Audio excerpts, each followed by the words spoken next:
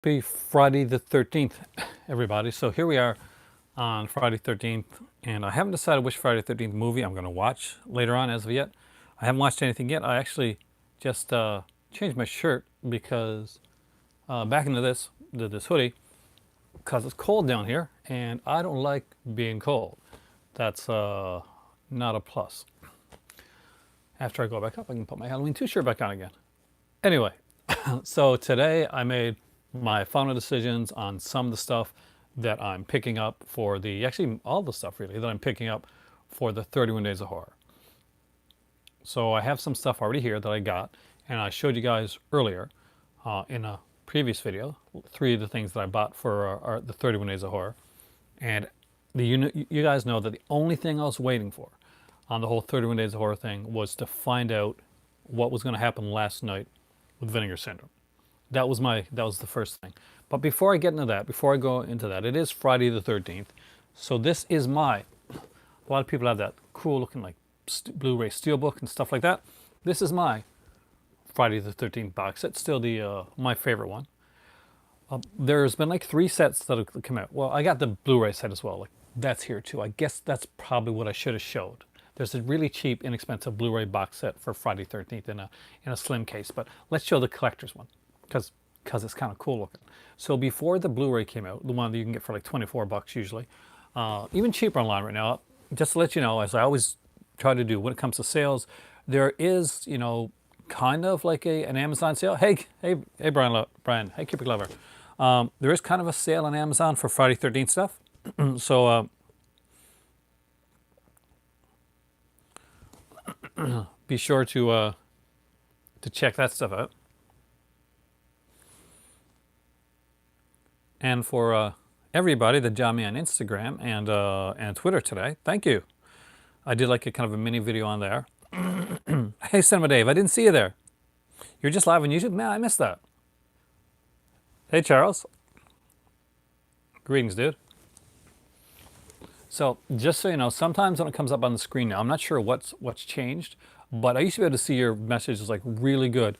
Hey, Mike, on the screen, but now, like when the first few messages are coming in, they come in kind of like faded, almost like, kind of like a light fade color before they come in to start coming in solid. So I always try to make sure that I got this open unless there's something that I have to do. Now, where it is Friday the 13th, check your local Amazon in your area on the website. There's usually a Friday the 13th sale. So if you're jonesing for some Friday 13th, you don't have some of the box sets or any of that stuff.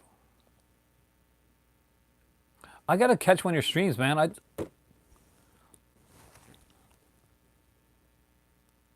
I'm missing out. Oh, that sucks. Thank you, but it sucks that I missed out. Actually, just got home recently. Me and my better half decided to go for a walk. It was freezing cold out, but we decided, it was a nice, nice night. Get some exercise.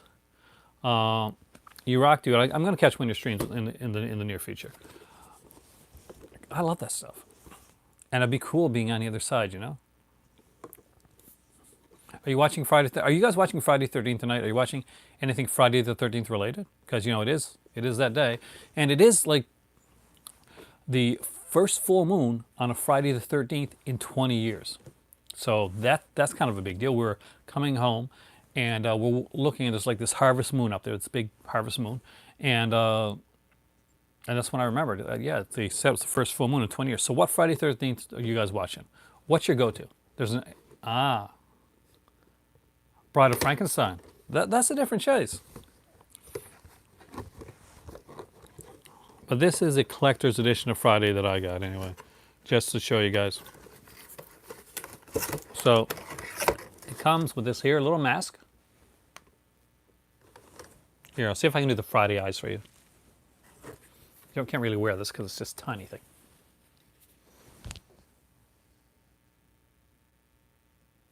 There you go. Anyway, so it comes with that little mask there. And the controversial thing about this DVD set, which I'll show you right now, I'm scary. Well, I'm scary anyway, is this, that it came in this. Some people really didn't like this. So it came in a book with fun facts and pictures of the poster. But where it came in these here sleeves, some people really are bothered by the sleeves. Well, Crystal Lake Memories is actually pretty good. It's a really good documentary if you've never seen it. I'm guessing you've probably seen it before, though. But I have all these here. I actually haven't touched these because I have the Blu-ray set as well. But I would never get rid of my DVD set because they may not, some people may not like it, but I find that this is sexy as hell. Oh, you haven't seen it? It's excellent, man. It goes through all the films. It's extensive. And it breaks them down film by film. It even talks about the Friday the 13th TV series that lasted for 3 seasons. So if you've never seen it, it's really good to dive into.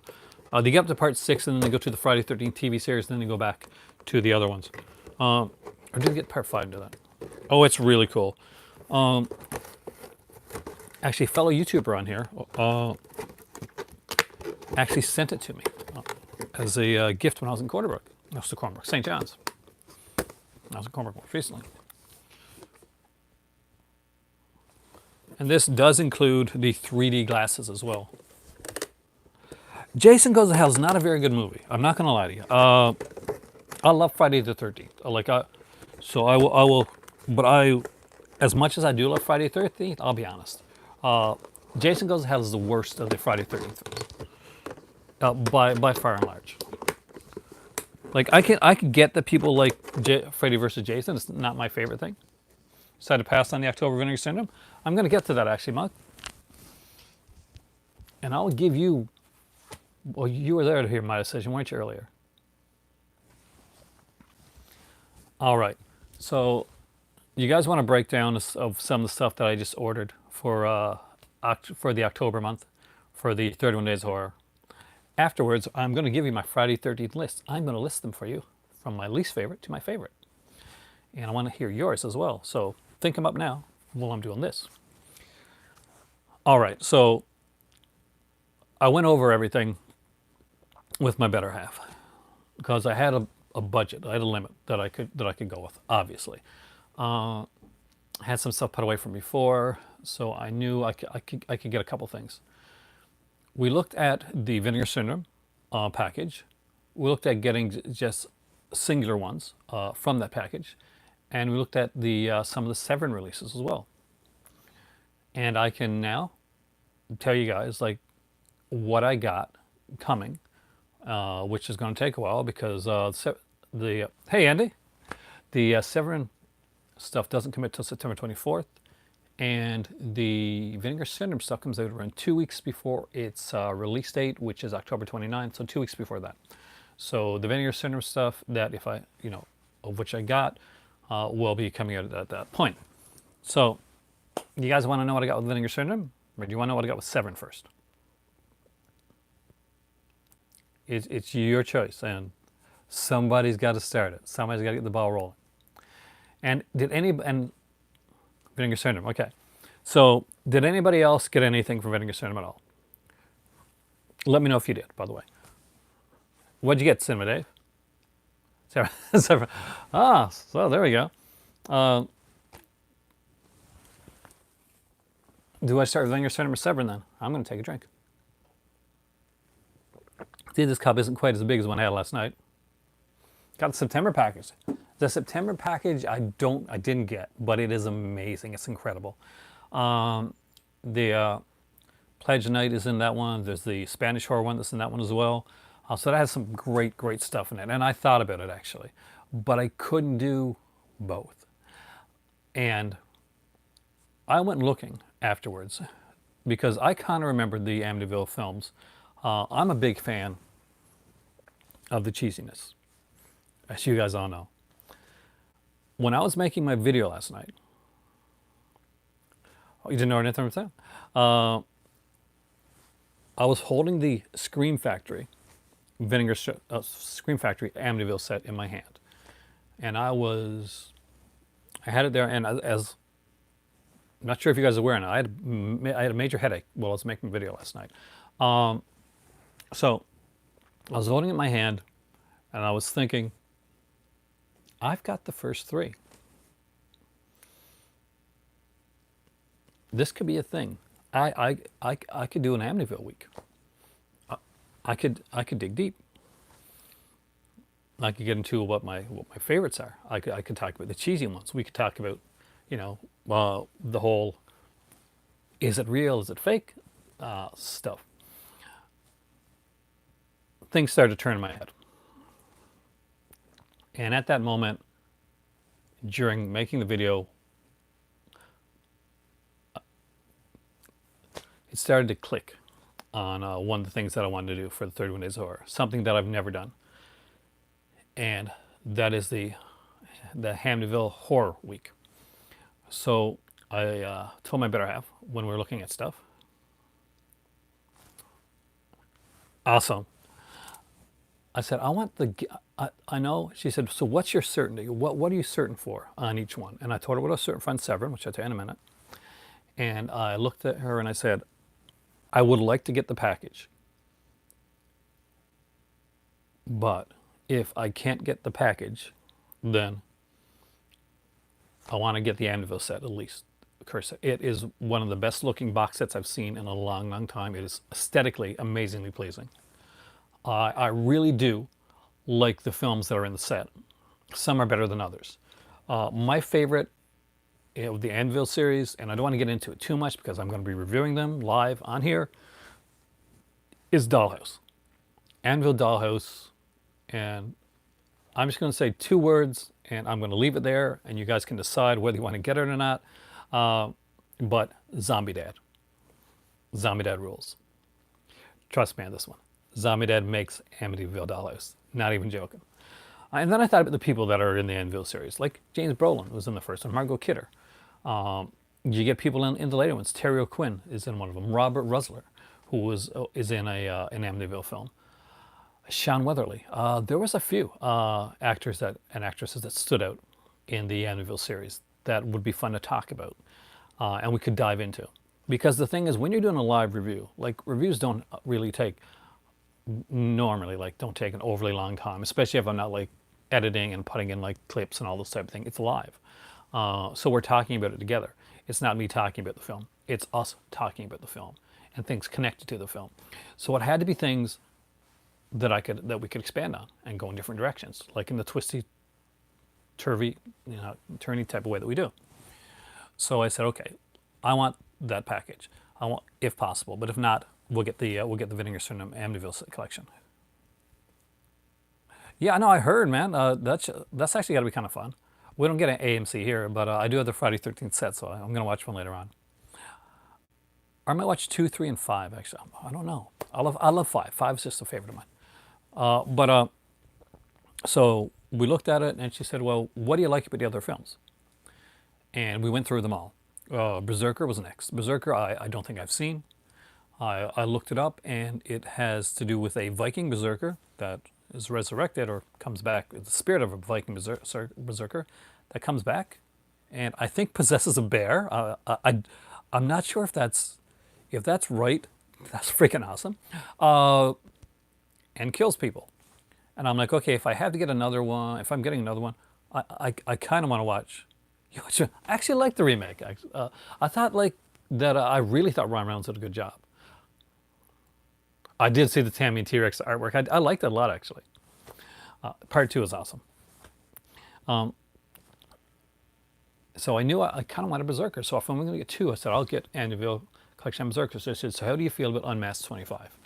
And I said, Unmasked Part 25 is probably the best known out of all these films that I'm gonna talk about, because it was heavily publicized back in the day. I'm not sure about you guys, but Unmasked 25 is the one that I've seen, and 5 is good. 3 is good too, though. 3 is real. Richard Brooker's awesome as Jason. And I thought, yeah, I'll like Unmasked 25. I'll like the thing. Hey, Asian movie enthusiast. I should call AME. That's nice. I might do that. So I said, yeah, 25 is okay, but what's really cool is Beyond the Door 3. And she asked, what do you have Beyond the Door 1 and 2? I said, I'm not quite sure, but it doesn't matter, because it has nothing to do with Beyond the Door 1 and 2. It's much like the later House films. It's just stuck the name on there. So she said, well, you want 3 out of 4 of them for sure. And the amount that you're going to pay for 3 out of 4 of them is going to be almost as much as you pay for the package anyway. So we decided to go with the package. So I bought the October Vinegar Syndrome package. I've got it pre-ordered. So everything is done, signed, sealed, hopefully delivered on time. Severin. I've been looking at Severin for a while, and I knew that I'd had some Severin here. I had Zombie 3 and 4, I had Shocking Dark. I knew those were going to be part of my 31 Days of Horror. I already showed you guys that. After that, I looked at the Severin website, and I could not rightfully do this Halloween 31 Days of Horror thing and not talk about Sergio Stevoletti's The Wax Mask. It is coming out from Severin with an amazing package. If you have not seen The Wax Mask, I strongly recommend that be one of the ones that you pick up for your Halloween. I'm not even joking. Sergio Stevoletti's The Wax Mask, without getting into it too deeply, is kind of like, as a gothic feel to it, as a Hammer gothic feel, with a bit of twist of the giallo to it. And because it has Sergio Stevoletti, and if you don't recognize the name Sergio Stevoletti, that's okay. Sergio Stevoletti is primarily known for his effects work. And if you've seen movies like Demons, Demons 2, The Church, Opera, then you've seen some of the amazing work that Sergio Stevoletti can do with special effects. Yep, he's the one that did Demons. So this is him behind the director chair, and his best turn behind the director chair, in my not so humble opinion. But it's one that I knew was going to be a serious one for me. If I don't end on Sergio Stevoletti's The Wax Mask, it is going to be close to the end. And if you've never checked it out, or it's something that maybe just flew under your radar,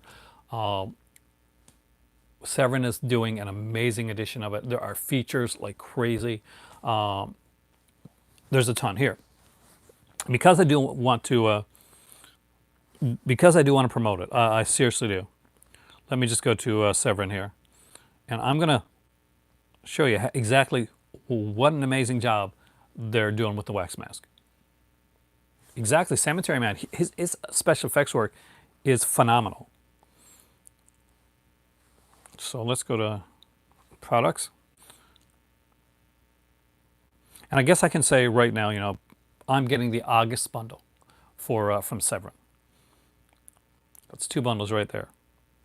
So these are the special features on the Wax Mask. Now, just to let you know, it does have you're going to get a brand new restoration for this film here. And there are a ton of people in this movie. Robert Lasson from Rififi, Aldo Massasso from Contraband. Okay, we got an audio commentary with Sergio Stevoletti and Michelangelo Stevoletti. Beyond Fulci interviews with producer Dario Argento, because he produced the film, director Sergio Stevoletti, producer Giuseppe Colombo, production designer Massimo Gilang. I'm going to butcher some of these names, by the way, just let you know right now. Actress Gabrielle Giorgelli and filmmaker Claudio Fragasso. Chambers of Horror, interviews with producers, interviews, Living Dolls, more interviews, Mysteries of the Wax Museum, showing some of the special effects work. It has a great score. You get an interview with the soundtrack composer of it as well. The grand opening, there's more interviews there. Wax Unmasked. Exactly. That is a great price too. There's vintage special effects. There is, if you buy the limited edition, and I just mentioned it has a special, it has a great soundtrack. It does come with the CD soundtrack as well. I don't know, because there's a 1-disc edition as well. Make sure that it is the 2-disc edition. There is a special edition that is available on the Severin website. And it includes a special double-sided slipcover and reversible artwork. And just to let you kind of see what it looks like, this here is the cover for the Wax Mask. And there is the interior artwork. So it'll be missing the CD, the CD soundtrack. So also with that package, because I just told you I got the August bundle. it comes with two other films, and let's kind of dive into what those films are right now that I'm going to be talking about here on the channel. And one of them is this one right here, which is Killer Crocodile. This is going to be a bunch of fun. This is an Italian Killer Croc film. It's a bunch of cheesy fun by director Fabrizio De Angelis. He did Dr. Butcher MD and Emmanuel and the Last Cannibals. So if you've seen those films, you know the movie. And of course, it is written by Dardano Sciacci because he writes everything. There's a ton of people in this one, including Richard Anthony, Crenna, Sherry Rose, Van Johnson is in this. But it doesn't only come with that. It comes with Killer Crocodile Part 2 as well. So you're going to get like the movie and the special features for both films, each on their own discs. And just as kind of as always, they put a bit of swag in there. And for this one, there is as you can see right here, there is a Richard Crenna. There's a wax mask keychain that's exclusive to the bundle. There it is right there.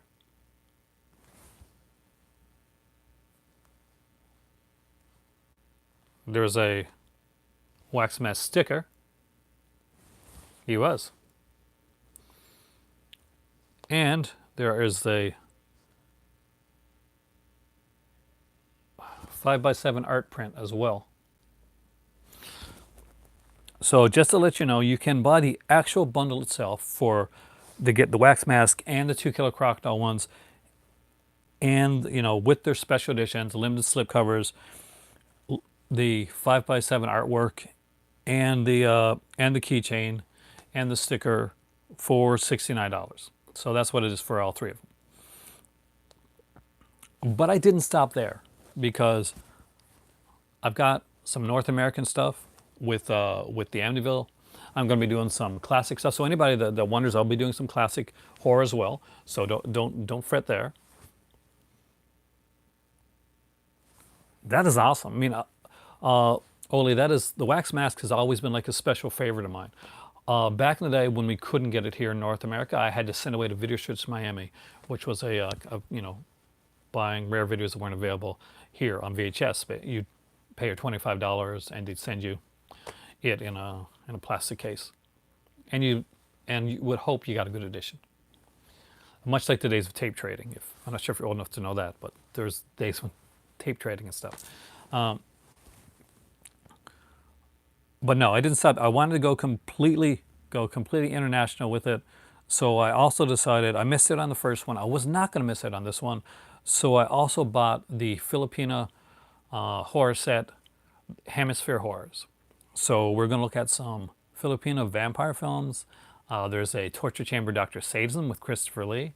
So it's going to be a lot of like different unique stuff. And that's just obviously that deals with not even half of the month of October. And sometimes for some of these videos, I'm doubling up and doing like 2 or 3 movies that I'm going to be talking about at one time.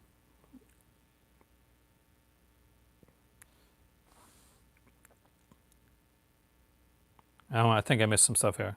I'm doing Shocking Dark for 31 Live. Yes, that's correct. I'm sorry, Mike. I missed the comment because I was gone to the thing.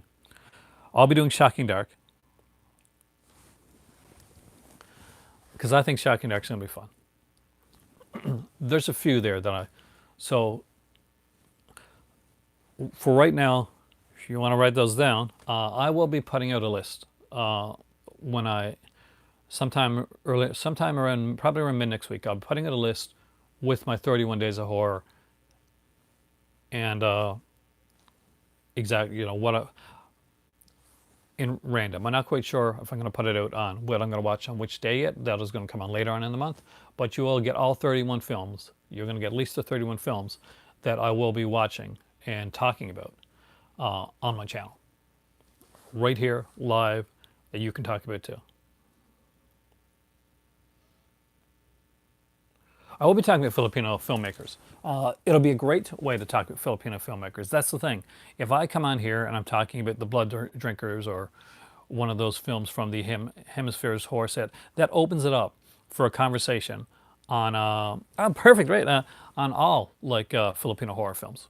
Because remember, just because we start talking about one film, and we can exhaust what we want to have to say about a certain film. We may be talking about one film for an hour. We could be talking about one film for 20 minutes. And what happens after 20 minutes? Our videos normally here aren't 20 minutes long. Uh, we can actually get into some other stuff as well. We can talk about other Filipino horror films. We can talk about other directors and things we've seen and things that we can recommend. Hopefully, watching some of these films will get you interested. If you've never seen like certain films before, will get you interested in certain other filmmakers or certain other countries, or just like certain other styles of film. And from that, hopefully, I'm going to learn from you guys some other really cool films that I'm not watching, that either resonate or just kind of you get a feel and say, hey, he liked that one. Why don't I mention this one to the group? And because we can all crib off each other. We can have an amazing list of horror films to watch over October, and straight on through. And for those that are going to be here for a while, I'll also be doing a holiday horrors in December as well.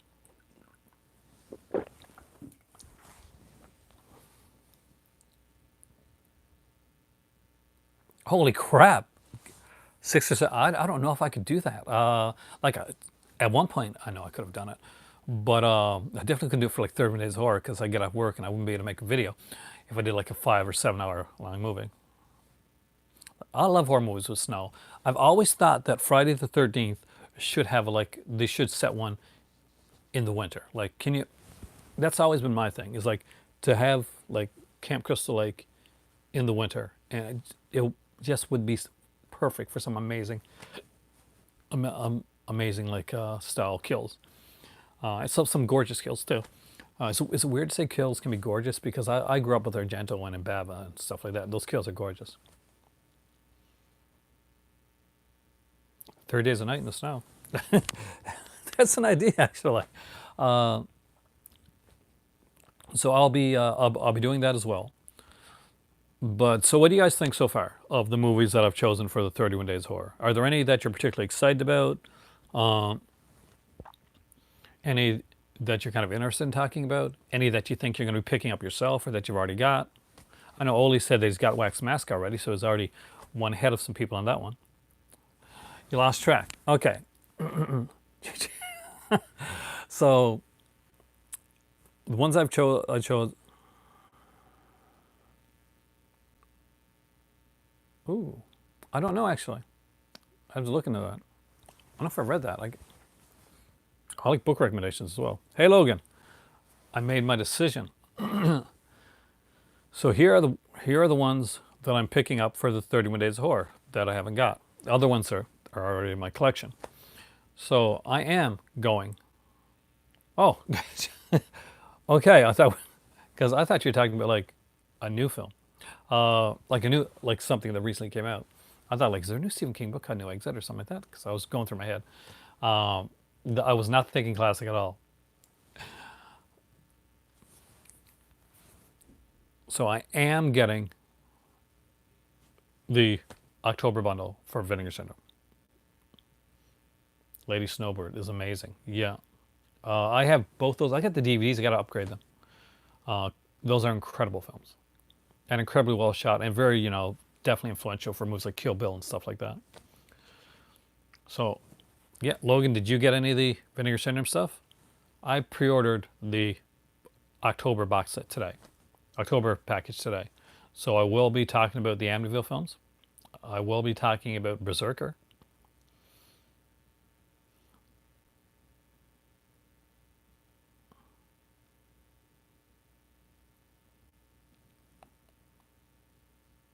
I will be talking about, I was just trying to catch what you were saying there.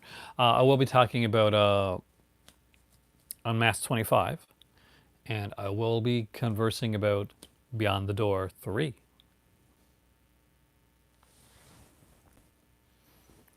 I'll like to have Pledge Night, actually. I didn't get any of the September ones. And from Severin, I'm picking up the August bundle from Severin. So that means I'll be talking on here about Killer Crocodile 1 and 2, and the excellent, everybody should have this includes you, Logan, movie, The Wax Mask by Sergio Stavridis, produced by Dario Argento. Incredible film. Uh, it's Gothic Giallo, is what it is. And I'm also doing the Hemispheres horror set, so the Filipino horror films, the vampire ones, with included the Christopher Lee one, Torture Chamber, Dr. Sadism, and The Black Cat. So I'll be going through those 5 as well. So that's some of the films I'm going to be doing over the 31 Days of Horror. So hopefully you have some of them, or you've seen some of them.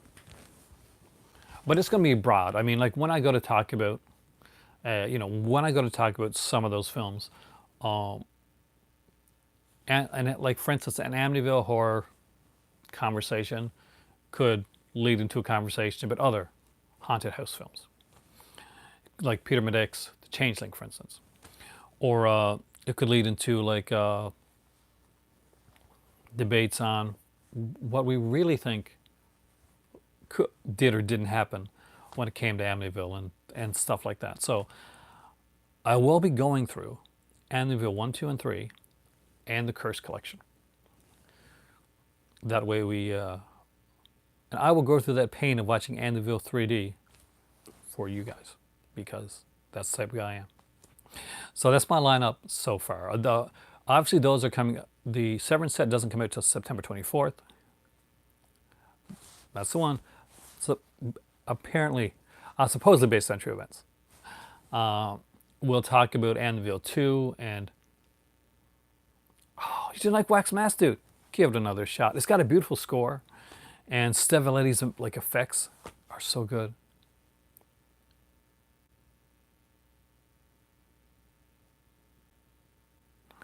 I'd be surprised. Peter Madic's The Changeling is considered by far and large by most to be like one of the great like haunted house movies of all time.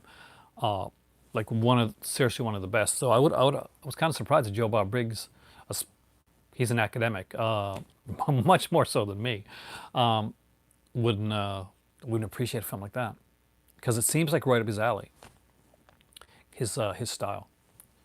I haven't watched his episode of Joe Bob Briggs that had the change. Did he have an episode with the Changeling on it? Because I haven't seen it, but it is a favorite film of mine, and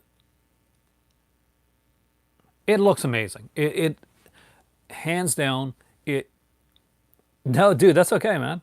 Do you know how many times I screw up in a regular video that you guys got to correct me on?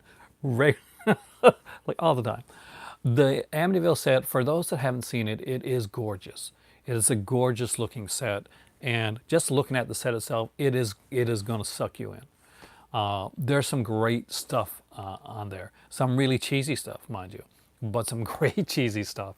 And to be honest with you, I'm going to be blunt with you. The Amityville Curse, some of the Curse films, as cheesy and as silly as some of them are more entertaining than some of the original Amityville films. Like, I'm not joking. That's not hyperbole.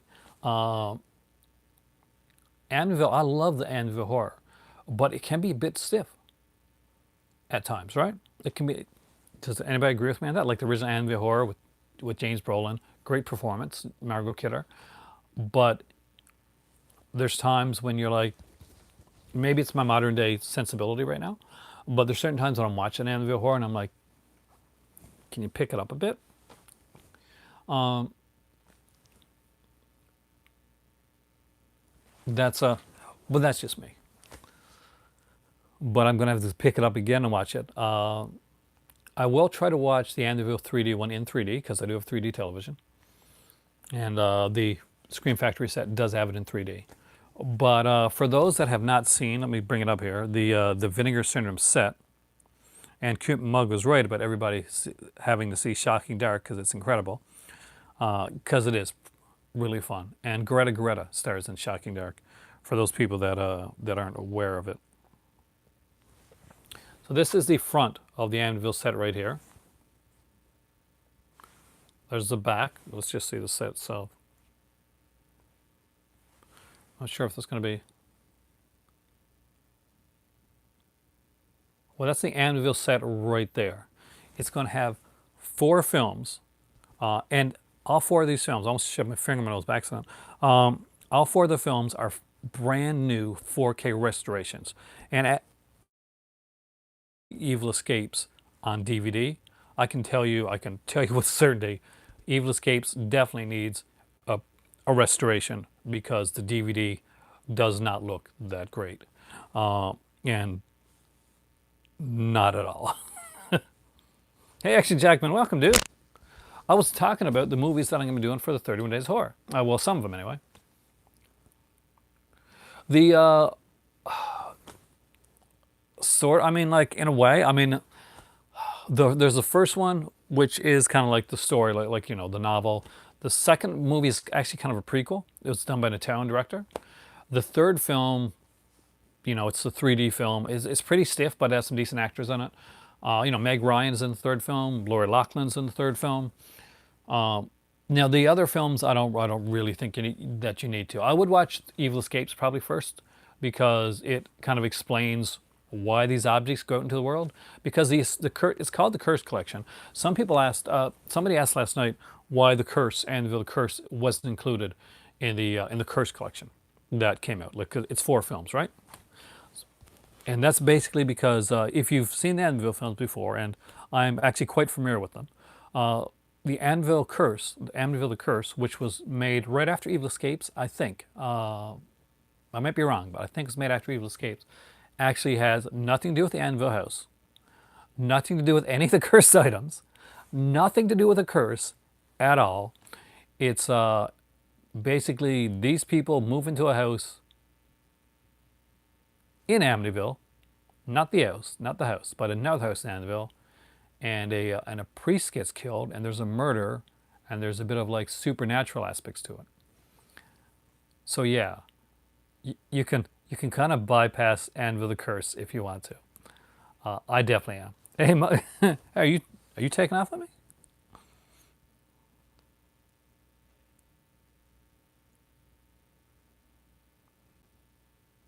Evil Escapes is your favorite Amityville? That it's a really good one.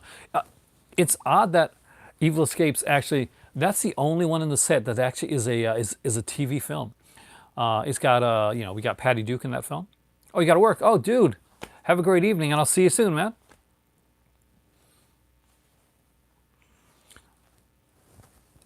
As Patty Duke, and it has Peggy McKay, who was on Days of Our Lives for years, actually, like for years. I mean, like for a long time. If you watched any soap operas, Action Jackman, and I don't know if you watched Days of Our Lives or not, but back in the day, she was on that. I think she was Caroline Brady. That was it. That was her character's name. Like the mom, basically. But she's the one who buys the lamp, buys them the lamp. If you remember the Evil Escapes, it's got the world's ugliest lamp. And for some reason, she decides that that the perfect house, like perfect, like, I guess home gift for this family moving into a new house is the world's ugliest lamp. I think she buys it kind of as a joke, but even as a joke, the lamp is so like ugly and twisted. It looks like a gnarled part of a tree with a big bulb on it. I like Valley of the Dolls. It's a different time period the movie comes from too. That's right. Yeah, you do. We wouldn't, would you? But Peg McKay's been in a lot of stuff. But yeah, most people know her over here from Days of Our Lives that watch soap operas. My stepmom is a huge fan of Days of Our Lives. I think it's on its last leg now. To be honest with you, they're doing like radical things to try to make it last. Like they're doing a 1 year time jump on the series. I think they should just go all in. Like if you got a show like a show like one of these like soap opera type shows and it looks like it's gonna like do really bad or something like that, go do the Dark Shadows Passions type of thing and just go nuts with it. Like, you know, put vampires and witches and stuff in there, have some serial killers going around, have go all mystical and stuff. You get people like that. Hey Trini, welcome. Oh, how did your name get mixed up with the S name? Doesn't sound alike. So I will be putting out next week sometime. I'm putting out my complete list of 31 films, and I'll put it on. Yeah, for some time, probably around mid next week. I've almost got it done now, actually.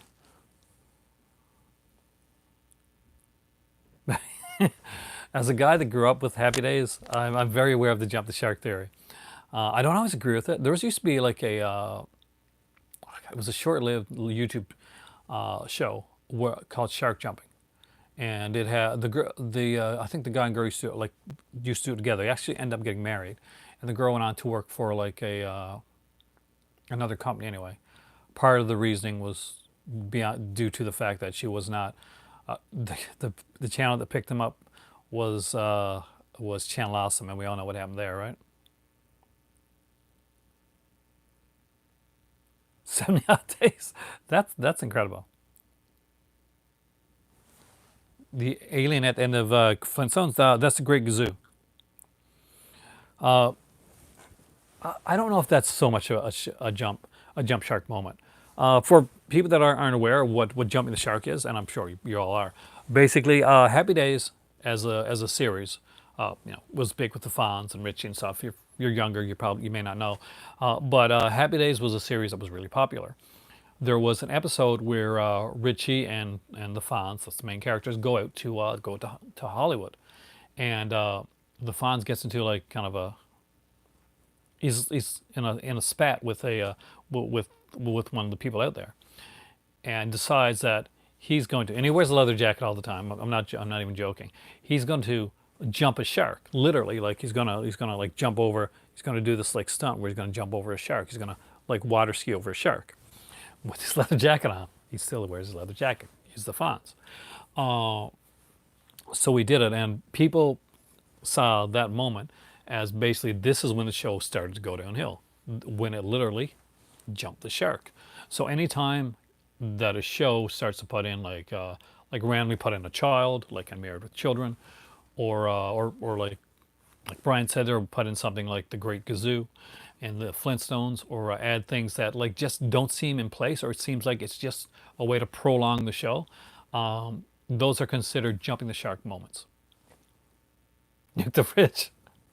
And there's a few of them, like and not just in TV shows, but in cinema as well.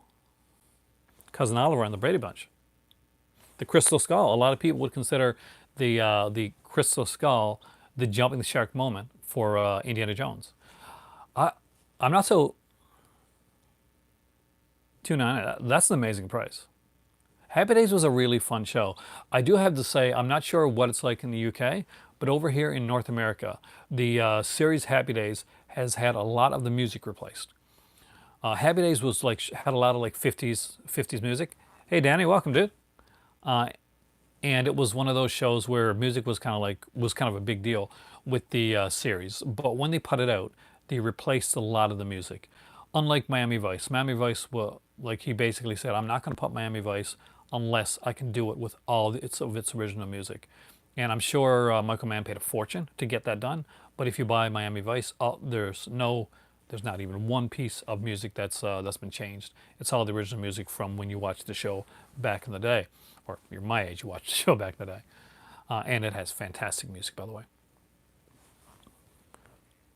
And for me, Miami Vice never jumped the shark. Some people would say the Alien episode of Miami Vice was a shark jumper as well, or when they changed their car.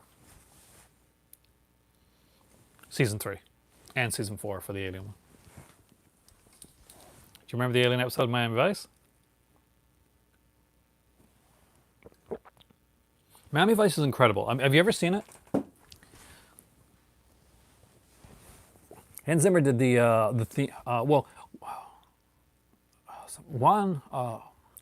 what's his name? Juan Hammer did the theme song for Miami Vice, and like the music in Miami Vice is it's a very 80s style music, but really good music. You're looking at like Phil Collins stuff there. You're getting some Glenn Frey. Oh, dude, Cinema Day, Magnum PI is one of my favorites, and the jump the shark moment in Magnum PI is not till late in the series. Basically, with Magnum PI, have you seen it before? With this ball thing, if I go ahead of you?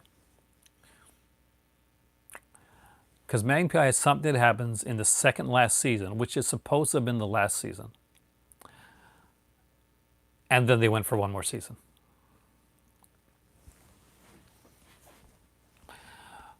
They kill off Magnum PI in the series, in series 7, actually at the end of the show, and he gets kind of a happy, and you think it's a sad ending, but it's a happy ending.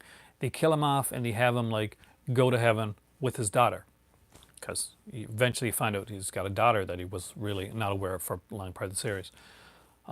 Then you get in season 8, he gets better. He wakes up. He didn't really die, and that was just, he was hurt, and this is like the stuff he thought that was going to happen. I'm not joking. Action Jackman, check it out. Yeah, there's a shootout at the end of the 7th season. The old Dallas switcheroo. Cat Lover. My better half would love that name. She actually has a Cat Mother shirt that she got from Torrid. But yeah, at the end of the 7th season, it was supposed to end, and it's basically, so they killed him off. They killed him off and gave him like this happy type of ending, go off with his kid. But then they said, no, this is really good. Let's do one more season. So they had to bring him back to life, and then they find out that the kid's alive too. There's a whole lot to it. You'll find out as you go through. But don't worry, it's still an incredible watch. There's a whole thing throughout the series about a guy, like a mystery writer, Robin. Oh God, I can't remember her name. Robin, you'll remember someday. Early on in the season, in the series, he's played by Orson Welles. Like you hear Orson Welles' voice playing Robin Masters. That's what it is, Robin Masters, this mystery writer. And but later on in the series, they lean towards that Robin Masters is actually a pseudonym for somebody else, and that it could possibly be like Higgins or someone like that. If you've never seen Magnum PI, I'm sorry if I'm confusing you, but like that, all that kind of rushes back to my mind right now. Yeah, exactly. Star Trek 2. And then a Star Trek 3. Huh? Yeah. They pull the old switcheroo. Dallas, again, is another show that was mentioned there that was famous from it. Miami Vice creator. He directed so many great films. My favorite, if you like Manhunter, really? If you like Manhunter, I really recommend you check out To Live and Die in L.A. It is a fantastic film. It's one of my personal favorites. And it is the best performance, in my opinion, by William Friedkin. Right up there with Manhunter. It's an amazing performance by William Friedkin. The guy from CSI, whose name I just botched. Not William Friedkin. The Jesse Stone movies are really good. I read all the books. I'm a huge Robert B. Parker fan. William Peters, thank you. See, guys, one of those nights. Oh, no. Caruso would be in in kind of the Miami Vice inspired CSI series, CSI Miami, which is more of an action-oriented series. Dude, you totally have to rewatch To Live and Die in L.A. Also, when you rewatch it, you're going to be amazed by how much the youngest Skarsgård kid looks like Willem Dafoe at a young age. I'm not even joking. Just look at an early picture. Look at a picture of Willem Dafoe from To Live and Die in L.A. Look at the guy that plays it. It's amazing. They look so much alike. It's a fantastic film. And Willem Dafoe, Willem Dafoe is one of those actors, the unheralded actors in a lot of cases, that he's a character actor that just steals the show. Anything that he's in, I'm all about. And I really, really love the work that he does. Willem Dafoe is one of those. Christopher Walken's another one of those actors that I just find myself like drawn to the screen whenever they're on there.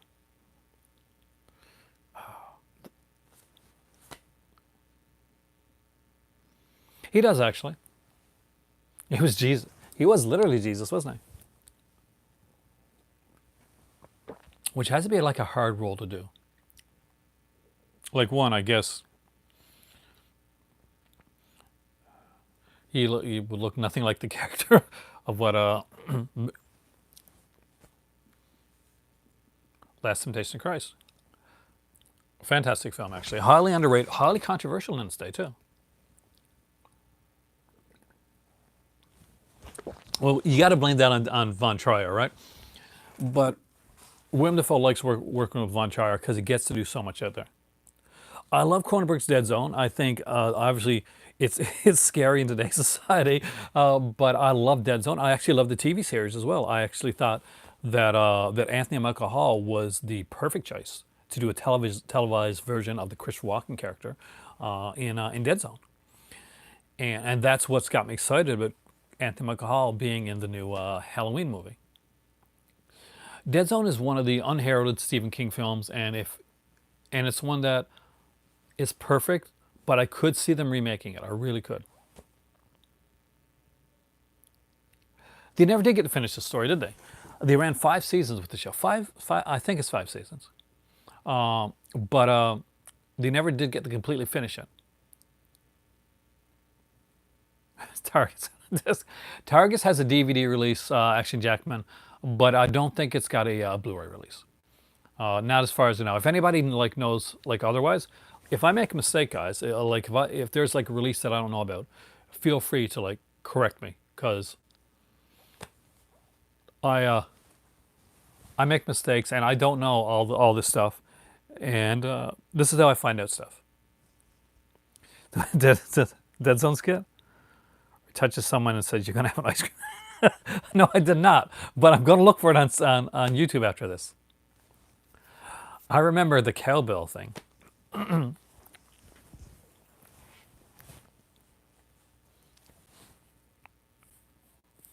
Oh, really? Actually, I don't, a recent Bogdanovich film? What's it called? Or was the movie called No Spoilers? So did I mix that up?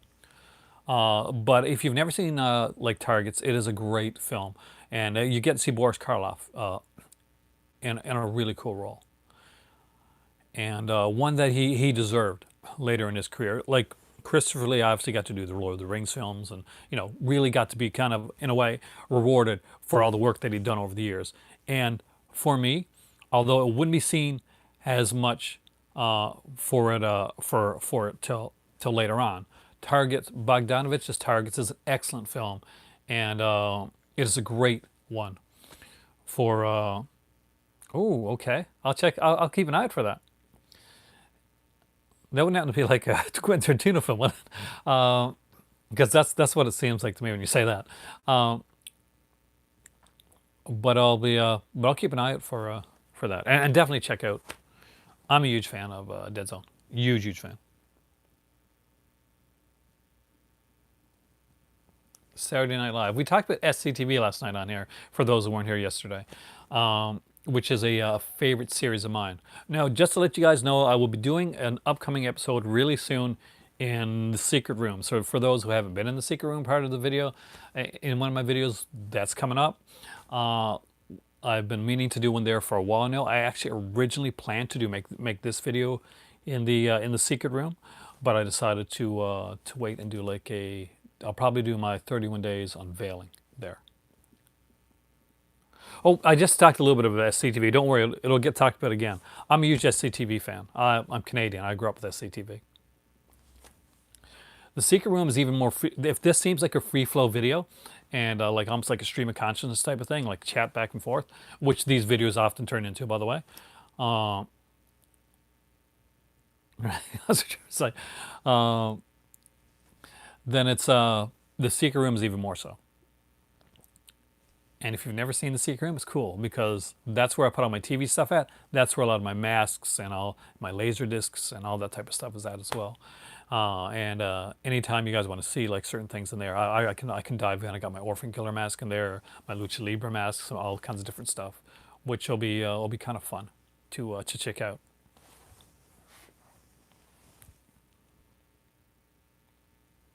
Ed Glasser, Trivial Psychic. I so have to check that out. Big silver discs. You remember that, don't you? I will be, I think, in the near future too. For the Patreon people, I will be putting up a poll for like certain videos, like basically let you guys choose between a topic or a film that I talk about. So that's coming in the near future as well. So just keep an eye out for that. I'm a newbie with this stuff.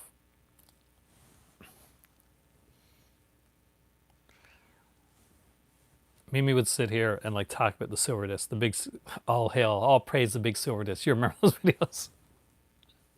Those I miss the kids being like in the videos.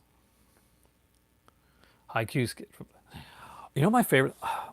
Well, I said it yesterday. You were here when I said it. I'm a huge fan of Count Floyd, and of course, I love Ed Grimley. The one character that went from SCTV, I think, over to Saturday Night Live as well, right? And Ed Grimley, of course, became a cartoon series. And Count Floyd, actually, if you've ever seen the mental misadventures of Ed Grimley, it was a cartoon series, just come on Saturday mornings. Then at Count Floyd, actually, there was little Count Floyd skits in there. Yep, that's Martin Short. Martin Short was on SCTV, the Canadian, I'm going to say it, more intelligent version of Saturday Night Live. Then he went on Saturday Night Live. Actually, a couple people did. Robin Duke was on Saturday Night Live and SCTV as well, I think. And I think there's another actor. 3D House of Horrors. Dr. Tongue's 3D House of Horrors. Sorry, guys, my eyes itching. I like it better. I really do. Because Saturday Night Live does amazing skit work. Incredible skit work. Some stuff way ahead of its time. But SCTV just put together a better program overall. And how much of a better? How far ahead of their time were SCTV? Well, they predicted MTV, and I'm not even joking. They really did. And that was through Rick Moranis, one of Rick characters Rick Moranis did. Oh, just kidding. Are you a fan? Have you ever seen SCTV? Should Be Clever at all, or because I'm not sure like how much it played over there. Like I still watch Saturday Night Live now, but it's kind of it's a mixed bag.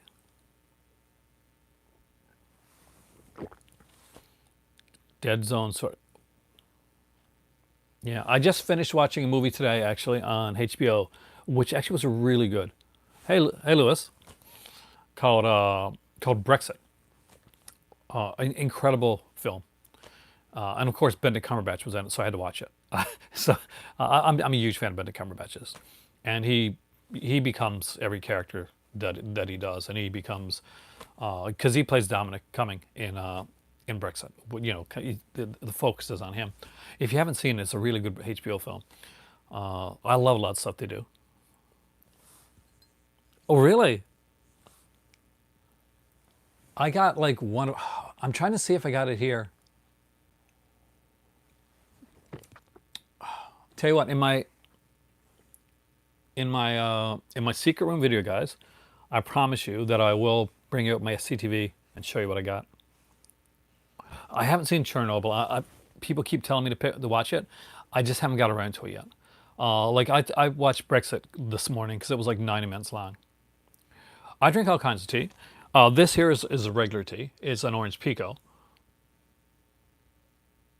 Oh, nice. What did she pick up? But I drink all types. I've had like white tea, the green tea. I've had stuff from like there's a place here called David's Tea, which has a lot of different cool teas. CD Universe, nice. I prefer hot tea over cold, though I do like a nice cold tea or an iced tea. Oh, and I don't mind if my tea gets cold; I can still drink it. But there's sometimes I can't. I got to be in the right mood. There's sometimes I'll be honest with you that I can't if it's not like when I don't like it really piping hot, because I find when it's like piping hot, you don't get the flavor.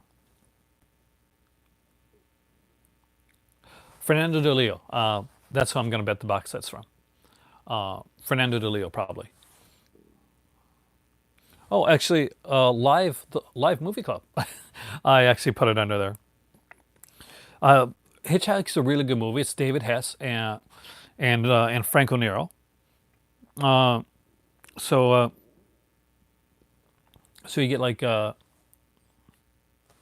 gonna get like David Hess and Franco Nero in Hitchhike. I'm willing to bet like they put out a few box sets, but some of their best box sets were Fernando Del Leo, and I like I guess a medium, a mixture, kind of a warm tea, but not too hot where you're not getting the full flavor and taste of the tea, because it does have to cool a bit to really get the aroma, and not too cold where it's starting to skim a bit. I'm glad she did. I hope she really likes them. I really do, because they are some they do put out some amazing stuff, and it was like. Um, your mom had a crush on. I can see that. Frank Nero is a cool dude, man. I'm not sure who my mom. I really don't know like the actors my mom had a crush on back in the day, but I can see something like a Franco Nero or like maybe like a George Hilton. Honestly, Lewis, to be totally honest, my knowledge of films comes from one, loving movies, talking to you guys who teach me a lot, and having a dad that was like super into film, and being like one of those like kids that read every book and was lived in a small town and realized, okay, I've gone through the books. What do I do next? And that was movies. Dad and I have a weird memory. I'm glad that I do actually, because if it's some stuff that you get interested in, obviously I'm going to talk about some stuff you're going to watch and you may not like it. That's because there's a million movies out there and everything's not going to resonate the same with some people. Uh, Thank you. Yeah, my dad was a musician. My dad played. I have no musical talents at all. Just I got to put that right out there. I can't sing. Can't carry a tune. Can't play an instrument. But my dad can play anything, and he plays by ear. So my dad can pick up like he could pick up guitar or bass or play piano, and he just listens to the music and can play it. Which that's something I guess you got to be born with. And he is a good singer as well. I'm none of those things, so it's a good thing I got some movie knowledge, I guess. Uh, the Rose Chronicles.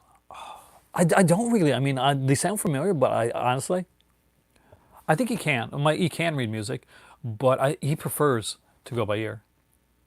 I love Kino. Kino just puts out so much, Lewis. Like the amount of stuff that Kino puts out in a regular. Oh, speaking of which, I guess I can tell you that too. I'm getting one Kino for Halloween, and I had to choose between Nightmare Beach and Trilogy of Terror, and I chose to go with Trilogy of Terror 2. And since I've got Dan Curtis, Master of Dark Shadows, I'm going with Trilogy of Terror 2. Nobody misses the kids' videos more than me, Action Jackman. They are incredible, and they are so better than me on camera. The Schmanky Brothers, there. Uh,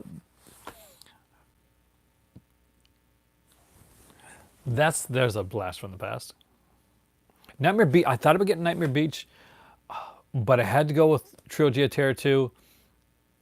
I don't know. I would love to have gotten Nightmare Beach. We'll see how things go. But right now, I spent a bit of money, obviously, with the stuff that I bought. Like I picked up the October package, pre-ordered that from Vinegar Syndrome, pre-ordered the August package from Severin, and then I got the Hemisphere Horrors box set coming as well. I think Severin puts their stuff all together, so I don't think they're going to set the Hemisphere Horror box set until the August package comes out. The August package got pushed back to September 24th. I have. It's been a long time. I mean, I could not tell you what this was about right now. Uh, and it's been on my list of ones to get for like a while. I love the cover. It's got a gorgeous cover on it. Um, that's one of the ones. I think it's on Amazon Prime actually. If you want to just watch it and like kind of see, if you got Amazon Prime, that is, and kind of want to see it. I remember seeing it on Amazon, like here in Canada, it's on Amazon Prime. Um, we got to have Amazon Prime in my house because I buy a lot of stuff from Amazon, and often that's the cheapest place to buy things. Well, I really do hope that your wife likes those movies, and she's not like cursing me down after watching them. Fernanda De Leo, especially, I'm pretty sure that's the box that she's got. I'm not sure if she's got. Did she get volume one or volume two? I'd be interested to know. Probably volume one though. It's got more movies on it.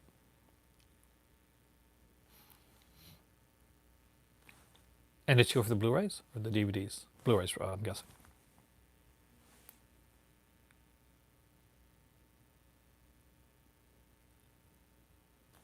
I don't stream very much, but for some stuff, thanks. It's actually because I'm cold, but the hoodie jacket combination is something I've rocked for a while because cold. Yeah, and I think I missed a comment there, so I'm gonna. Wow. Oh, are you serious? I love her stuff. Um, Actually, I was speaking. Was it you I was speaking with then, or her? Like on Instagram. Actually, I made a video on Instagram earlier on today. Do run in for the first AEW show. I love AEW. I really wish. Thank you for saying that, by the way. But I'm way too small. They could use me for a toothpick. To be completely honest, they're fun rewatch. You know, I mean, I'll be honest with you. A- Amy, is that okay? The Friday 13th films, they're not for everybody. They're fun and they're cheesy and and they can get repetitive. That's the truth, and I love them more than anybody. But that's the truth. To be honest with you, just find the one that rocks it for you.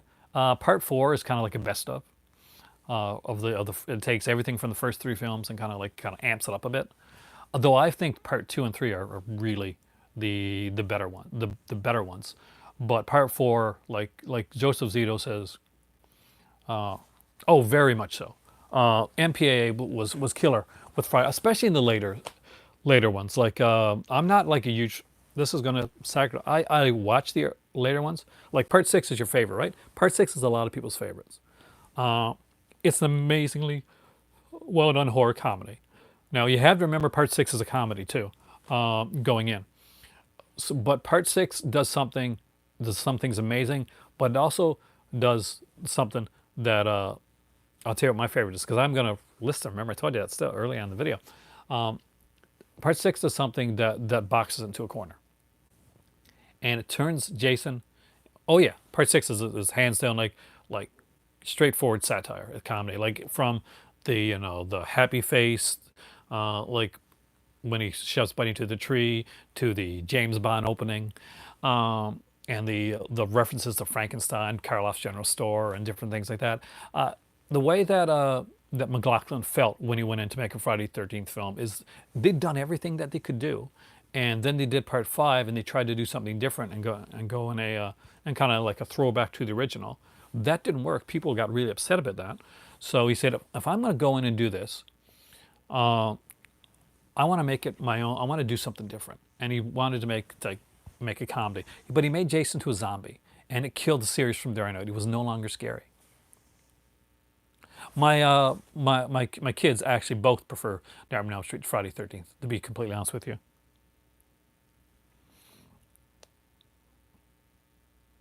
Oh, you like Malatesta's Carnival of Blood? Oh yeah, because that is an incredible film. Uh, that set uh, was is amazing. I will be. I think I may try to get the second volume of American Horror Project in during the third one is horror as well. I may like watch all three of them, and like do one episode.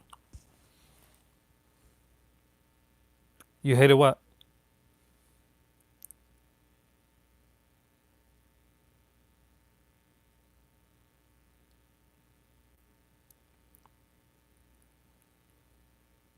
A lot of people. There's a lot of innovation with the Nightmare on Elm Street series, and I understand there's a lot more to the plot. You like hate Malatesta, really? It's got this kind of real cool weirdness to it. I do think it's one of those that's got to get you at the right time, but I can see it not working for a lot of people. It did work for me personally. I'm a huge Phantasm fan too.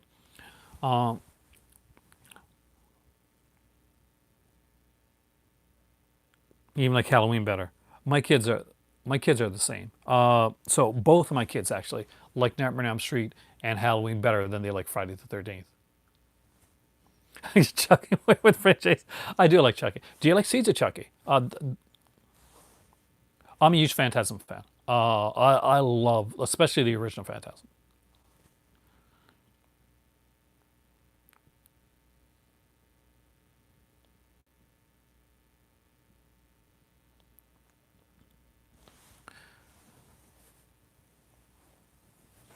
I gotta do Volume 2. I really do Volume 2. I like,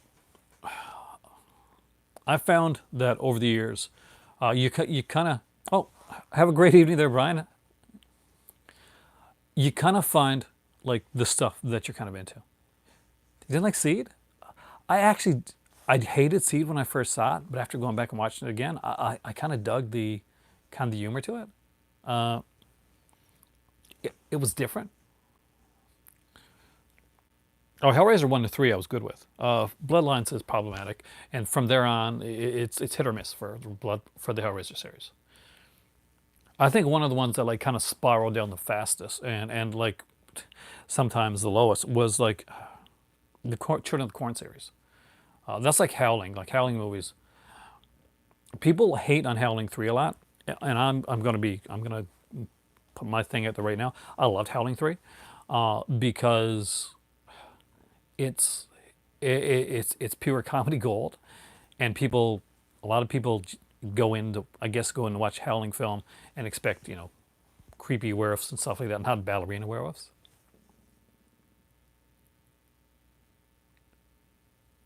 You didn't really like Curse, really? For me, Curse was a throwback to what it originally was. Howling 5, me too, actually. Howling 5 is my favorite sequel. I gotta make sure that's the one in the castle, right? Oh, cinema, dude, have a great evening there.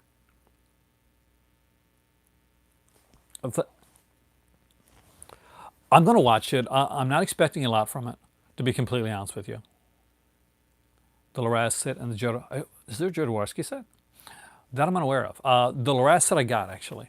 I actually watched the first film on it. Loraz can be like a bit. It's a bit depressing, um, but uh, but it's fun. I mean, it, you want another Loraz set, okay? Because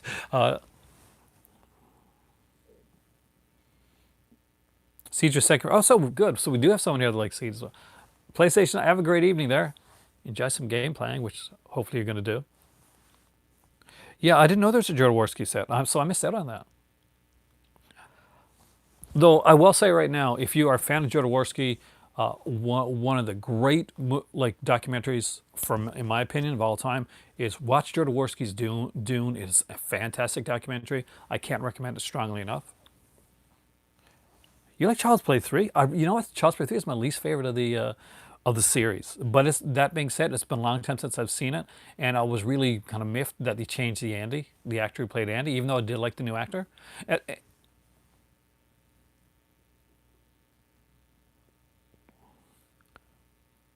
Well, I gotta watch Friday 13th tonight, Lyle. Obviously, because it is Friday 13th, I definitely will revisit it because that actor actually annoyed me twice. And I'll tell you how this works. I'm a huge comic book fan. I'm a huge Superman fan. I watched Lois and Clark when it came out back in the day. So the first season of Lois and Clark, there's this really good, uh, really cool guy playing. I thought he was a cool actor anyway, playing Jimmy Olsen. But the producers apparently thought that he was too good looking and looked too similar to Clark Kent to be Jimmy Olsen. So in the second season, they replaced him with another actor. And do you know who that actor is? Actor is the same actor that replaced Andy in Child's Play 3. I'm not even joking. That's that true story. And that's why I was so peeved at that actor for such a long period of time. Jodorowsky set comes out in 2020. That's definitely something we're looking into. I'm a huge fan of like his stuff, but it's really different stuff. It's not for everybody. Look into Jodorowsky stuff before you like go grab it. Justin Whalen, thanks, Rich. I couldn't remember his name to save my life. I was trying to like think it in my head, and I was stalling for time. And you could tell. I know you could tell, but that's the name I could remember.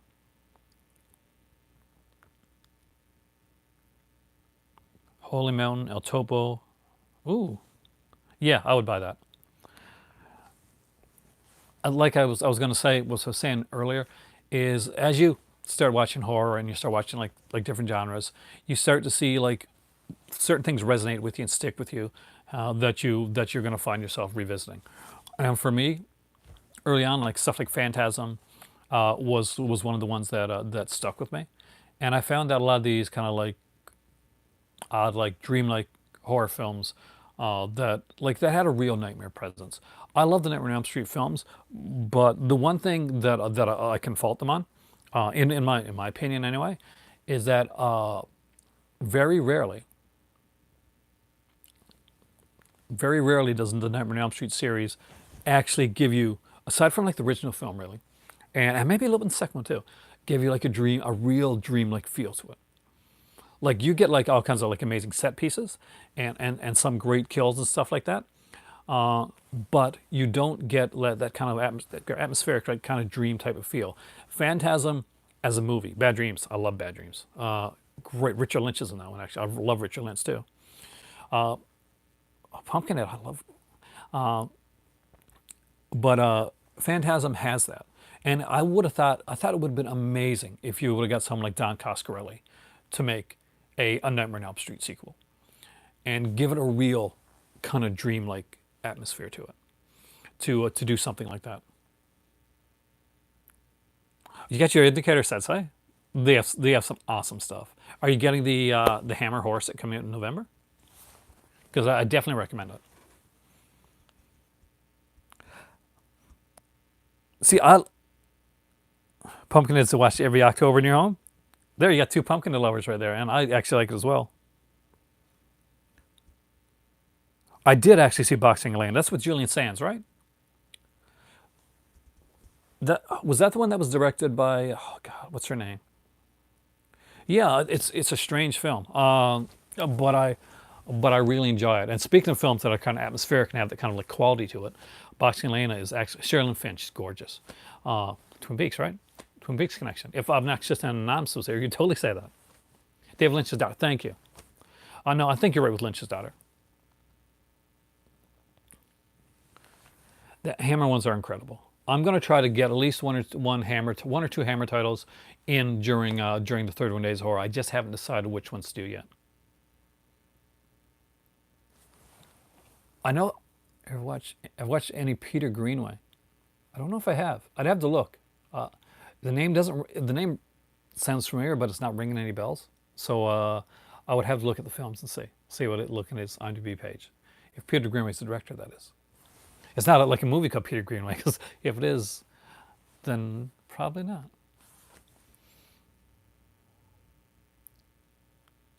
Okay, that sounds familiar. Uh, so yeah, I think I've seen something by him. Prospero's books.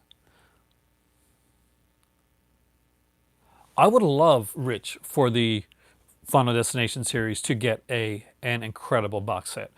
A lot of people rag on the Final Destination series, and not everyone's equal. But if any series went out with a bang, and with a like a good sequel, ending sequel thus far, the Final Destination series really did that. I really love the last Final Destination film. I love the twist. Uh, it got used again in Saw, right, in the last Saw film. But there's a there some are better than others. Part two is probably my favorite Final Destination film, to be completely honest with you. Dude, what's wrong with I Know You Did Last Summer films? I like the first one. I like the second one. The Do you like the third one? Tale of a Vampire, with Julian Sands is incredible. Um, and has it got a good release? I don't think it has it? Like it has. This is one. There we go. Another film that like needs a better release. Like them all. Hey Milwaukee, welcome back, dude. They they're gonna be, but third one. The third, that's when they go like supernatural, right? It's fun, but that has the dumbest reason for like a death. So anybody that's never, I'm gonna tell you, I'll always know what you did last summer, right? Don Shanks, yeah, he does play the fisherman. Don Shanks, of course, was in part five of Halloween, and he's probably one of the, I guess, one of the more known like actors to wear the Michael Myers mask because he has acted in a lot of movies, sans makeup as well. Grizzly Adams and stuff like that. But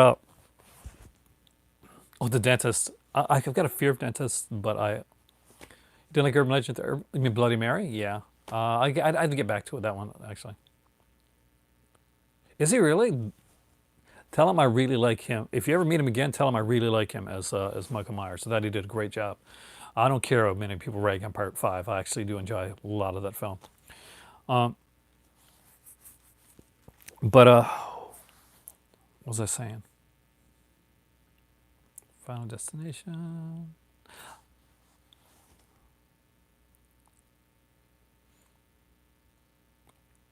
See, if I was going to be like a Michael Myers, I'm a smaller guy. I'd have to be the Michael Myers, as played by Deborah Hill, in the first Halloween film, or maybe William Castle. You're a big fan of Halloween. See, I don't get a lot of people that are big fans of Halloween Five, but it's one that I enjoy. I don't think I think they made a huge mistake in killing off Rachel. Like I know they anchored it with Daniel Harris, but I think that sister dynamic was so great in part four, and they could have done so much with that. I mean, like she was fantastic in that role, and she was the perfect choice to take over for the Jamie Lee Curtis character in Halloween. And like, hey, we got Halloween Five lovers here. It's like you're gonna have people that love stuff. You're gonna have people that hate certain things. Dennis one and two. I would buy Dennis one too. It would freak me out. I love Corbin Burnson. You like the theatrical edition? See, as a lot of people know on here, I have like issues with Halloween Six, the director. Tina was cute. I'll tell you that much. I think the director was dating her actually. Dominique Orthin Gerard, something like that.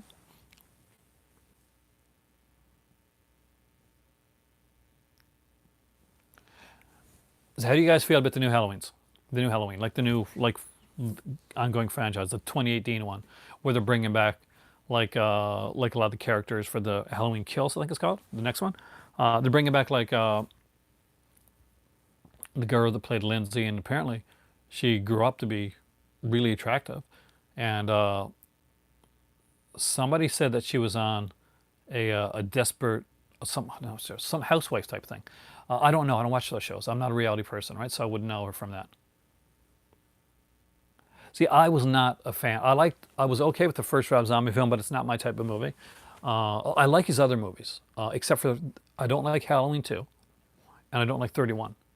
Those are the two that are really like that stand out that I don't like. My favorite like Rob Zombie film, just because I want you to know that I'm not a hater on Rob Zombie. I actually think that if I was in a room with Rob Zombie, we would get along tremendously well. Um, I'm actually a huge fan of Lords of Salem. Well, they did put Silver Shamrock masks in the new Halloween film. Did you catch that? Uh, but I'm excited. There's been a big thing online. I don't know if you've seen this or not, but the original actor, I guess, that played Tommy Doyle back in the day, I think his name is Brian Andrews, uh, was oh, definitely, in my opinion, it is really I'm not sure he's upset or something because they hired Anthony Michael Hall rather than Brian Andrews.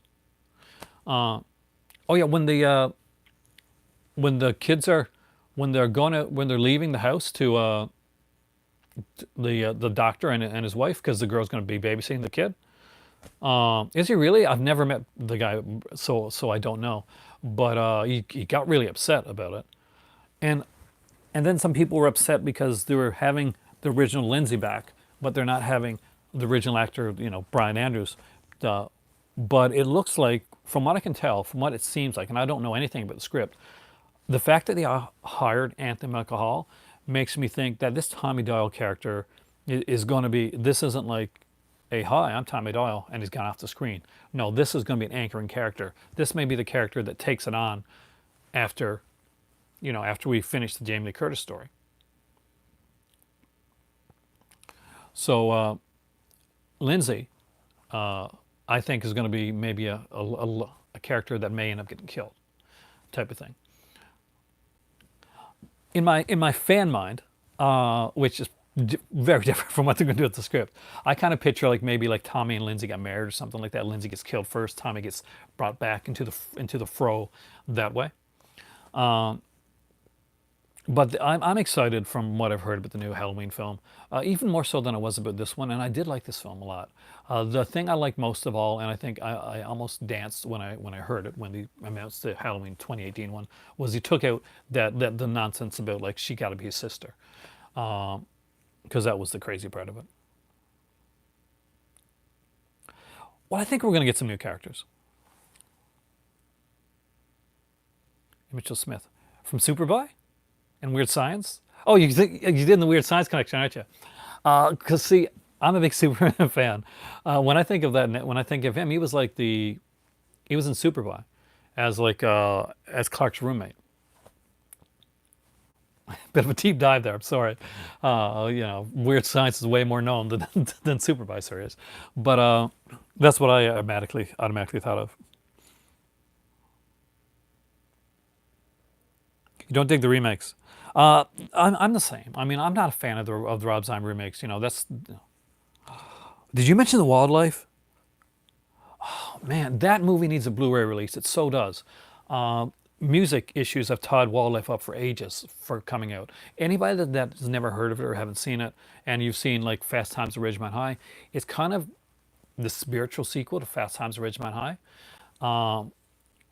Incredible film. I really liked it anyway, and I would love to see it remade. I do want to see an Evil Dead too. Leah Thompson. I think Leah Thompson's in Wildlife too. That's why, and DVD over there. Nice. Maybe I gotta import that then. I gotta get that one these days because it's a really good movie. Great music. Great music. It got a release. I didn't know it had a release at all. Actually, I know that the for a while like the music was keeping it like from getting out, and it is a really fun film. Do you know what one of my favorite '80s films are? I like to hit up on that like really quickly. Does anybody remember a little movie called Getting Tired of the Insidious? I am actually too.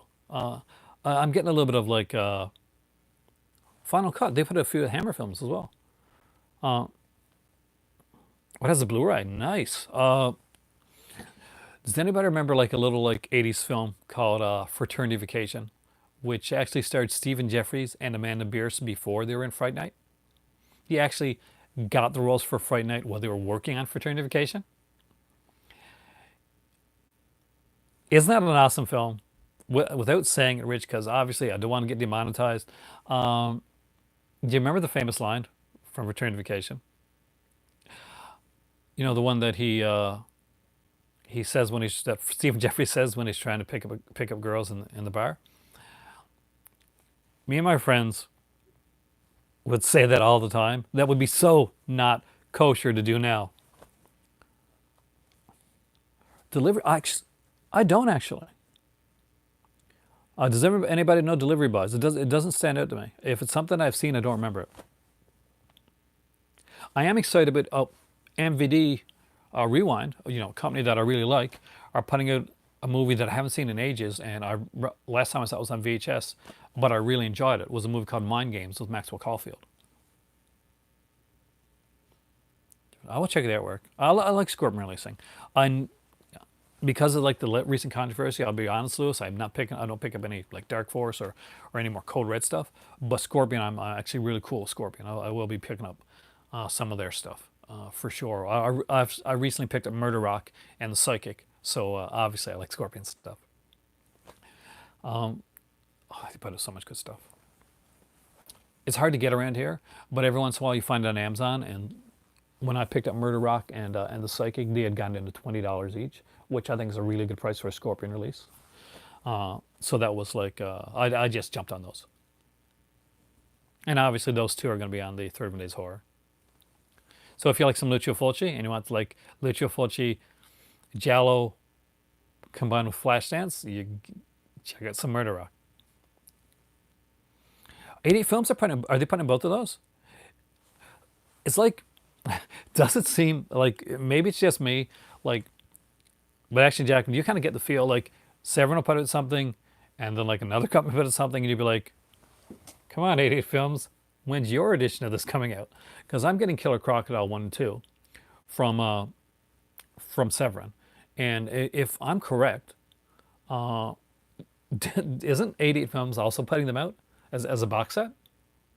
Like, I'm pretty sure they are. There's some nice stuff coming from 88 Films.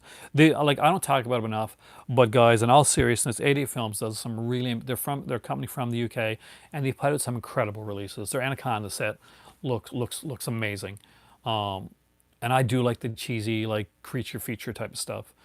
So I'll eventually get that one. Fulci Friday is a nice idea. For some reason, Amy, they actually like kind of like blocked your Hitchcock comment there for a second. Hey Vesa, welcome, dude.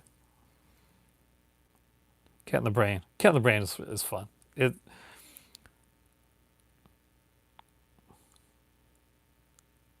Which ones haven't you seen? Oh, My Samurai is gonna be. I've really loved the stuff that MVD has put out. I don't have Savannah Smiles, and I'll be honest with you, that's probably one of the least ones that I'm excited to get, but I will get it because I'm completist. But maybe I'll love it more than I thought. But I like a lot of their stuff. Obviously, like I mentioned on here before, if you don't have it, "God on a Mission from God," "Be Back at 5," is my favorite MVD Rewind release, and it's because it's just so unique and different. But they put amazing, kind of cheesy, fun stuff like Showdown and Lionheart and stuff like that. Bookie Buy, I used to have the VHS of that one. And I don't know if you remember the VHS or not, but it didn't have like a regular VHS case. It was like, remember those chrome covers they used to put like on like special like comic books? So the Boogie Buy release had like a chrome case. So it was all like shiny and like embossed and stuff like that. Savannah Smiles. A lot of people remember that. Apparently that was a movie that came on a lot, like on a certain channel. Uh, the actress, unfortunately, she's passed away. The one that played the lead character.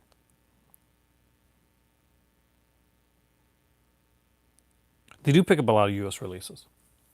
Okay, you're not seeing which ones again? The Man Who Knew Too Much, Marnie, Torn Curtain, Frenzy, Topaz, or Family Plot. Actually, I did. I used to have. By the way, Frenzy is the best out of those, in my opinion. The Man Who Knew Too Much is great too, but Frenzy it's pure what Hitchcock should be doing. Should have like wanted to do. There's 4 Mirror films. Early on, there was a Mirror release, 1 to 4, and I bought it. At that time, Zellers was around. I was actually working at Zellers, and it came out around Halloween time. So I picked up the Mirror release 1 to 4, and at the time it was like $9.99, and it was like showing up at Zellers all over the place all the time. So I got it, and a friend of mine really wanted to see the films, and I showed him the film, and he said, there's another person who wants to see the film, and wants to see the Mirror film. So we went to another person. Oh yeah, there's 4 of them. So it went out to another person who lent it to another person, and I ended up not getting it back. And when I went to go buy another copy, it was no longer available.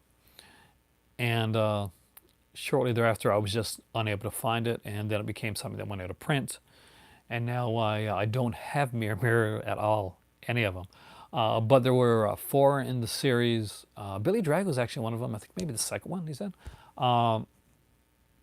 and they become much more of of kind of like, I guess, an erotic type series as it goes through. But I actually really enjoyed the Mirror Mirror series, and I would love to have them. Unfortunately, the company that put them out, so I'm not going to get them. But I really wish that there's someone else putting them. Me was hoping that Vinegar Syndrome's box set was going to be Mirror Mirror uh, for a couple of different reasons, but mostly because I just really wanted to get all four of those films again.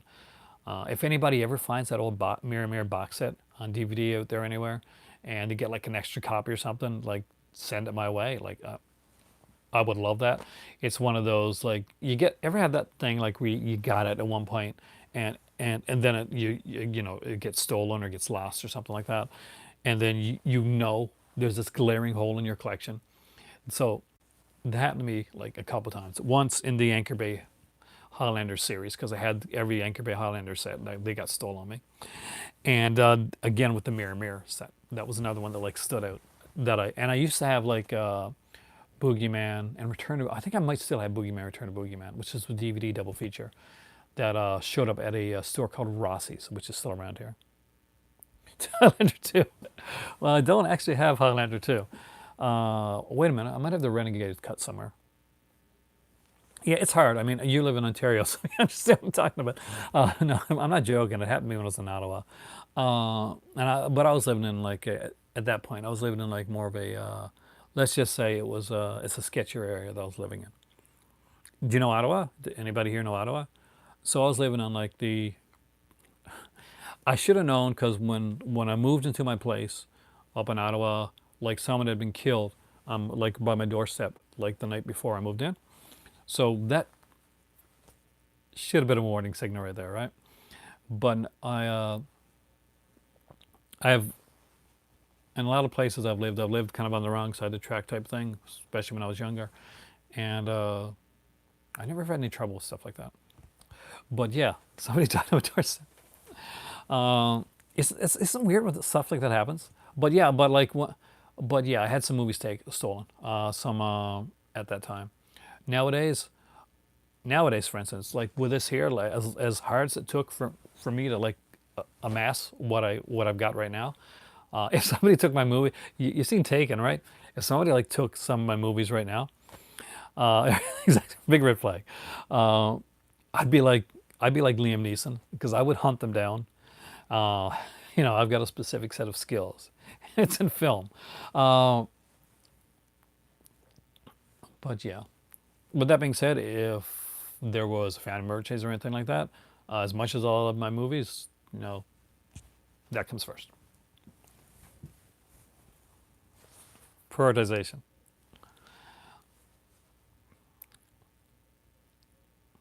You guys are so quiet now. It's like we're talking, and all of a sudden there's this lull. You ever have like the time like in a conversation, and there's this lull in the conversation, and there's this awkwardness, and you're like, so should I talk, or should I wait for the other person to talk?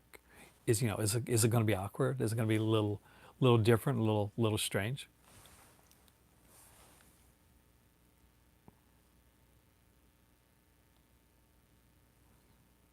With that being said, though, at 98 minutes, we've ran a pretty good chat here, I think.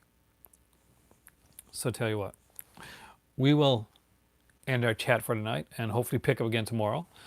Maybe I would do. Oh, dude, really?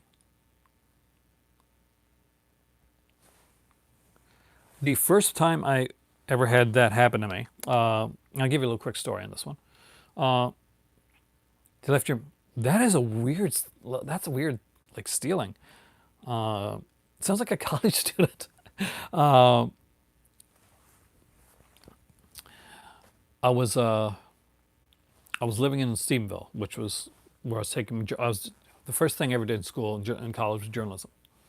So I was in Stephenville, and I had moved into my second apartment. And there was this guy that we used to talk to all the time, and I used to get like really weird vibes off, really weird feelings, right? So one day, like he comes by the house, him and his girlfriend at the time, and then he starts showing up like a lot, like all the time. So finally, I'm just like, because this is the guy that I got like really weird. Something's not right. Something's just not right. So I'm like, was getting really coming in, eating food, that type of stuff, just staying around, that type of thing. And it was not a nice guy, and it was snide, comments, stuff like that went around. And so I'm just like, okay, I can't take this anymore. I need some space, type of thing. So he ends up leaving, and he's pretty chill about it. So I go out, I can't find my key, right? And I go out to check the mail to see if I left my key in the mailbox there. And he's there, coming back in to the apartment with my key, which I take.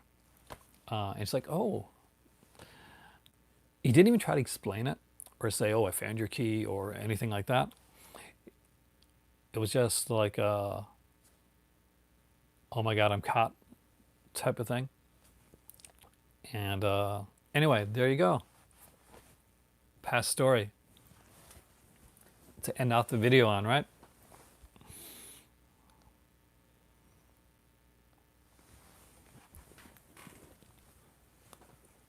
But at 101 minutes, caught red-handed, literally caught red-handed, right? That's the person that like years later, like stuff happened, which I won't get into, but it deals with somebody getting killed actually. It went that way. So yeah, gets intense.